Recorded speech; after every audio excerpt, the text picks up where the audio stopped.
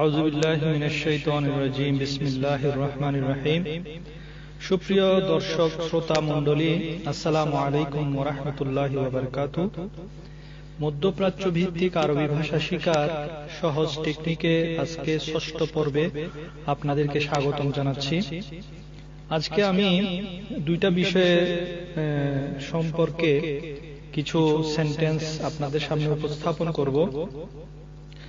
এক নম্বর বিষয়টি হলো অফিসে ছুটি বা বন্ধ সংক্রান্ত।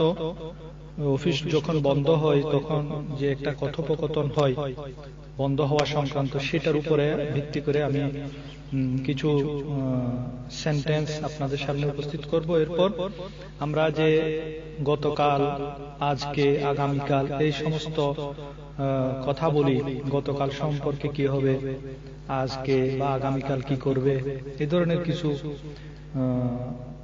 সেন্টেন্স আমি আপনাদের সামনে ইনশাআল্লাহ উপস্থিত করব। প্রথমে দেখুন যে অফিসে ছুটি বা বন্ধ সংক্রান্ত কথোপকথনে এক নম্বরে মাম্মাতা বাতাবদা আল ইজাজা।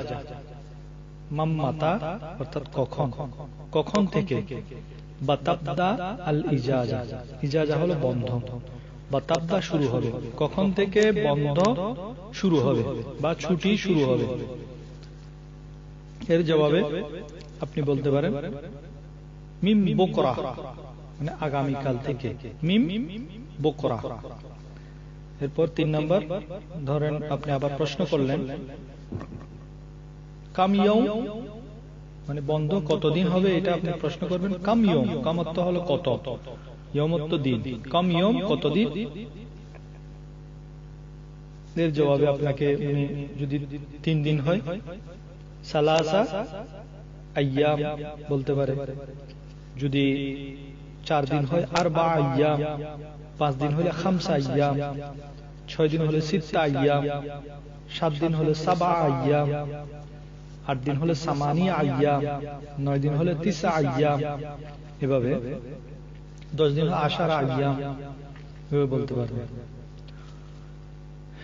এরপর ধরুন আপনি ওকে প্রশ্ন করলেন যে তুমি ছুটিতে কি করবে, এই কথাটা আপনি এভাবে প্রশ্ন করতে পারবেন। শুনু, শুনু, শুনো তো কি, শুনু বা তুসাব্বি ফিল ইজাজা, শুনু বা তুসাব্বি, তুসাব্বি ফিল ইজাজা, ছুটিতে অর্থাৎ তুমি কিভাবে ছুটিটা কাটাবে, এই কথাটা এভাবে বলতে হবে। তো আপনি ধরেন বললেন যে আমি ছুটিতে গোশত খাবো, বা আমি ছুটিতে ঘুমিয়ে কাটাবো, বা আমি ছুটিতে একটু বাইরে যাব, এই কথাগুলো আপনি এভাবে বলতে পারেন। যদি আপনি বলেন যে আমি ছুটিতে পার্টি দিব, এখানে গোশত খাবো, তো আপনি বলেন বাকিলিল লাহাম, বাকিলিল লাহাম, আমি গোশত খাবো। অথবা আপনি বলেন বানাম, বানাম নোম থেকে, বানাম আমি ঘুমিয়ে ছুটি কাটাবো, এটা আপনি এক কথায় জবাব দিতে পারেন। অথবা আপনি যদি বলেন আমি বাহিরে ঘুরতে যাব বা বাইরে যাব, বাতলা বাররাহ, বাতলা বাররাহ। তাহলে এখানে 3টা জবাব আমি আপনাদের সামনে উপস্থাপন করলাম। এটা হলো বাকিলিল লাহাম, অথবা বানাম, অথবা বাতলা বাররাহ। এরপর আপনি ধরেন কোন দিন আবার অফিসে এসে উপস্থিত থাকবেন, সে কথাটা আপনি বলতে পারেন। ধরেন আপনি মঙ্গলবার আমি ডিউটি করব বা অফিসে থাকবো, সেটা আপনি এভাবে বলতে পারেন ইয়াউমুস সালাসা বা ইয়াকুনুদ দাওয়াম। ইয়াউমুস সালাসা হলো মঙ্গলবার, ইয়াউমুল আহাদ রবিবার, ইয়াউমুল ইসনাইন সোমবার, ইয়াউমুস সালাসা মঙ্গলবার, ইয়াউমুল আরবা বুধবার, ইয়াউমুল খামিস বৃহস্পতিবার, ইয়াউমুল জুমআ শুক্রবার, ইয়াউমুস সাbt শনিবার। এই 7টা বারের নাম আপনারা মনে রাখবেন। আমি আবার বলি ইয়াউমুল আহাদ রবিবার, ইয়াউমুল ইসনাইন সোমবার, ইয়াউমুস সালাসা মঙ্গলবার, ইয়াউমুল আরবা বুধবার, ইয়াউমুল খামিস বৃহস্পতিবার, ইয়াউমুল জুমআ শুক্রবার, ইয়াউমুস সাbt শনিবার।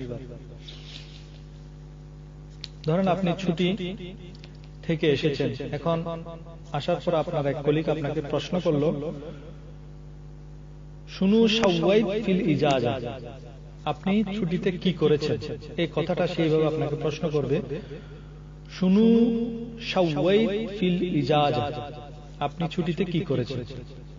বাস আপনি জবাব দিবেন, বাস আকাল ওয়া নওম, বাস খেয়েছি আর ঘুমিয়েছি, খেয়েছি আর বাস আকাল ওয়া নওম, আমি খেয়েছি আর ঘুমিয়েছি। তাহলে গেল অফিসের ছুটি বন্ধ সংক্রান্ত কথোপকথন পর্ব। এবার আসুন গতকাল, আজ, আগামীকাল। গতকালকে আরবি বলা হয় আমস, আজকের দিনকে বলা হয় ইয়ৌম, আর আগামীকালকে বলা হয় বুকরা। এই গতকাল, আজ, আগামীকাল সংক্রান্ত কিছু প্রশ্ন উত্তর আপনাদের সামনে সংক্ষেপে উপস্থাপন করার চেষ্টা করব। দেখুন, প্রথমত দেখুন, আপনাকে কেউ প্রশ্ন করলো যে গতকাল তুমি কোথায় গিয়েছিলে, এইভাবে ও আপনাকে প্রশ্ন করবে, ওয়াইন রুহত আমস, ওয়াইন রুহত আমস, আমস তো গতকাল। তো আপনি তার কথার উত্তরে বলতে পারেন, ধরুন আপনি হাসপাতালে গিয়েছিলেন, ধরুন অফিসে আপনি আসেন নাই, আপনার বস আপনাকে জিজ্ঞেস করলো ওয়াইন রুহত আমস, গতকাল তুমি কোথায় গিয়েছিলে?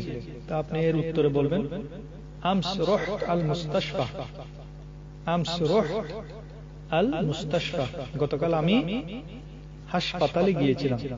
ধরেন আপনি কোন একটা জায়গায় গিয়েছেন, ধরেন আপনি মদিনায় গিয়েছেন জিয়ারত করার জন্য, তখন আপনি কেউ বলবেন আমস রুহত আল মদিনা, আমি মদিনা গিয়েছিলাম। অথবা আপনি ধরেন আবুধাবি শেখ জায়েদ মসজিদ সফর দেখতে গিয়েছিলেন, সেটা আপনি কেউ বলতে আমস রুহত শেখ জায়েদ মসজিদ, মসজিদ আরবি মসজিদ, শেখ জায়েদ মসজিদ, মসজিদ শেখ জায়েদ, আমস রুহত মসজিদ শেখ জায়েদ, এভাবে বলতে পারেন। অথবা আপনি ধরেন দুবাই থাকেন, দুবাই থেকে আপনি আবুধাবি গেছেন, সেটা আপনি বলতে পারবেন আমস রুহত আবুধাবি। এখন আপনাকে আপনার বস প্রশ্ন করলো যে তুমি আজ কোথায় যাবে, এটা এভাবে আপনাকে প্রশ্ন করবে, আন্ত ওয়াইন রাহিল ইয়ৌম, আন্ত ওয়াইন রাহিল ইয়ৌম, আজ তুমি কোথায় যাবে? তো যখন আপনি যেখানে যাবেন সেটা আপনি এভাবেও জবাব দিবেন। ধরেন আপনি আবুধাবি যাবেন, আবুধাবি, আল ইয়ৌম বারুহ, আল ইয়ৌম বারুহ মাদ্রাসা। আপনি যদি মাদ্রাসায় যান তাহলে বলবেন আল ইয়ৌম বারুহ আল মাদ্রাসা। আর যদি আপনি আবুধাবি যান তাহলে বলবেন আল ইয়ৌম বারুহ আবুধাবি। আর আপনি যদি বাজারে যান বলবেন আল ইয়ৌম বারুহ আস-সুক, সুক অর্থ বাজার। আর আপনি যদি ধরেন মদিনা শরীফ যাবেন তখন বলবেন আল ইয়ৌম বারুহ আল মদিনাতুল মুনাওয়ারা, আল ইয়ৌম বারুহ আল মদিনাতুল মুনাওয়ারা। এভাবে আপনি যেখানে যাবেন সেইটা শুধু বলবেন আল ইয়ৌম বারুহ অমুক জায়গা, সেই জায়গাটার নাম বলবেন। এখন আপনাকে আবার প্রশ্ন করলো যে আগামীকাল কোথায় যাবে, এই কথাটা আপনাকে যখন প্রশ্ন করবে সেইভাবে বলবে ওয়াইন বাতরুহ বুকরা, বুকরা তো আগামীকাল, ওয়াইন বাতরুহ বুকরা, আগামীকাল কোথায় যাবে? তো আপনি এর জবাবে বলবেন বারুহ আস-সুক, আমি আগামীকাল বাজারে যাব, বারুহ আস-সুক, আগামীকাল আমি বাজারে যাব। অথবা বারুহ আল মসজিদ, আগামীকাল আমি মসজিদে যাব। অথবা বলতে পারেন বারুহ আল মুস্তাশফা, আমরা আগামীকাল আমি এই হাসপাতালে যাব। বইয়ের নাম হলো দুরুসুল লুগাতুল আরাবিয়্যাহ। এই বই থেকে আদ-দারসুল আউয়াল, এই যে এখানে লেখা আছে আদ-দারসুল আউয়াল মানে প্রথম অধ্যায়, এখানে হাজা দিয়ে কিছু ছবির মাধ্যমে আমাদেরকে কিছু ছবি দিয়ে, হাজা তো ইহা, যেমন প্রথমটা দেখেন ঘর, হাজা বাইতুন, নিচে লিখে দিয়েছে হাজা বাইতুন, এটা একটি ঘর। এরপরে একটা মসজিদের ছবি, হাজা মসজিদুন, এটা একটি মসজিদ। হাজা বাবুন, এটা একটি দরজা। হাজা কিতাবুন, এটি একটি কিতাব। হাজা কলমুন, এটি একটি কলম। হাজা মিফতাহুন, এই যে এটা তৃতীয়, এটা হলো চাবি, এটা একটি চাবি। হাজা মক্তবুন, এটা একটি টেবল। এরপরে হাজা শরীরুন, এটা একটি খাট। হাজা কুরসিউন, এটা একটি চেয়ার। এরপরে মা হাজা, তো এটা কি? প্রথম প্রশ্ন 1 নম্বরে লেখা হয়েছে মা হাজা, এটা কি? এর জবাব হলো হাজা বাইতুন, এটা একটি ঘর। আবার প্রশ্ন করা হলো হাজা বাইতুন, এটা কি একটি ঘর? এর জবাব হলো নাম হাজা বাইতুন, হ্যাঁ এটা একটি ঘর। এরপরে প্রশ্ন করা হলো মা হাজা, মনে রাখবেন এমনি আরবি বইয়ের ভাষায় মা হাজা, আর লোকাল ল্যাঙ্গুয়েজে বলা হয় শু হাজা, শু হাজা বলা হয় শুনু। হ্যাঁ, এরকম প্রশ্ন করা হয়। লিখুন, আমরা বইয়ের থেকে শিখতে পারলাম যে মা দ্বারা কি প্রশ্ন করা হয়। মা হাজা, এটা কি? এটা একটা জামা। উত্তর হলো আরবিতে হাজা কামিসুন, এটা একটা জামা। এরপরে দেখুন চেয়ার, চেয়ারকে বলা হয় কুরসি। লিখুন, প্রশ্ন করা হচ্ছে আহাজা কুরসিউন, এটাকে একটি শরীরুন, এটা কি একটি বিছানা? এটা প্রশ্ন করা হচ্ছে, কিন্তু এটা তো বিছানা নয়। তো আপনি উত্তর দিবেন লা, লা তো না, লা হাজা কুরসিউন, এটা একটি চেয়ার। এরপরেরটা তাও ভুল প্রশ্ন, অর্থাৎ এই জিনিসটা বলা হচ্ছে এটা কি একটা চাবি? আহাজা মিফতাহুন, তো এটা তো চাবি না, এটা একটা কলম। তো আপনি কি বলবেন? উত্তর লা হাজা কলমুন। এরপরে আবার প্রশ্ন করা হচ্ছে মা হাজা, এটা কি? উত্তর হলো হাজা নাজমুন, এটা একটি তারা। এবার আসুন আমরা এর পরবর্তী অধ্যায়ে যাই। আবার প্রশ্ন হাজা বাইতুন, এটা কি একটি ঘর? তো আপনি উত্তর কি দিবেন? লা হাজা মসজিদুন, না এটা একটি মসজিদ। আবার প্রশ্ন আহাজা মিফতাহুন, এটা কি একটি চাবি?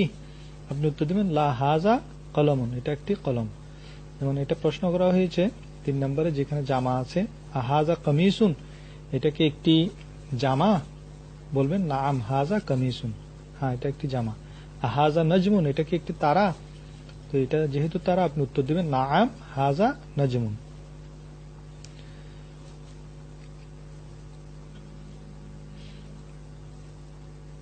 আর যদি কোনো ব্যক্তির বেলায় প্রশ্ন করা হয়, তখন প্রশ্ন করা হবে মান দিয়ে। মা কোনো বস্তুর ব্যাপারে প্রশ্ন করা হয়, আর মান দিয়ে কোনো ব্যক্তির ব্যাপারে প্রশ্ন করা হয়। যেমন এখানে দেখুন, মান হাজা, ইনি কে, না এ কে? মান হাজা, তো আপনি উত্তর দিলেন উনি একজন ডাক্তার। কিভাবে বলবেন? হাজা তবিবুন, ইনি একজন ডাক্তার। এরপরে ছবিতে দেখুন একটা ছেলে চকলেট খাচ্ছে। মান হাজা, এটাকে হাজা ওয়ালাদুন, এটা একটা আমার সন্তান, এটা একটা ছেলে, ওয়ালাদ সন্তান। তারপর বলা হয় মান হাজা, এটাকে হাজা তালিবুন, একজন ছাত্র। হাজা ওয়ালাদুন, এটাকে একটি ছেলে, ওয়ালাদ তো বাচ্চা, বাচ্চা বা ছেলে, এটা তো একটা ছেলে না, এটা একজন পুরুষ। উত্তর দিবেন লা হাজা রজুলুন, না এটা একজন পুরুষ। এভাবে আমরা মা দিয়ে কোনো বস্তু সম্পর্কে প্রশ্ন করতে পারি, আর মান দিয়ে কোনো ব্যক্তি সম্পর্কে প্রশ্ন করতে পারি। ইনশাআল্লাহ নেক্সট আরো টপিকস নিয়ে আপনাদের সামনে আসার আশা রাখি। দোয়া করবেন। আসসালামু আলাইকুম ওয়া রাহমাতুল্লাহি ওয়া বারাকাতুহু।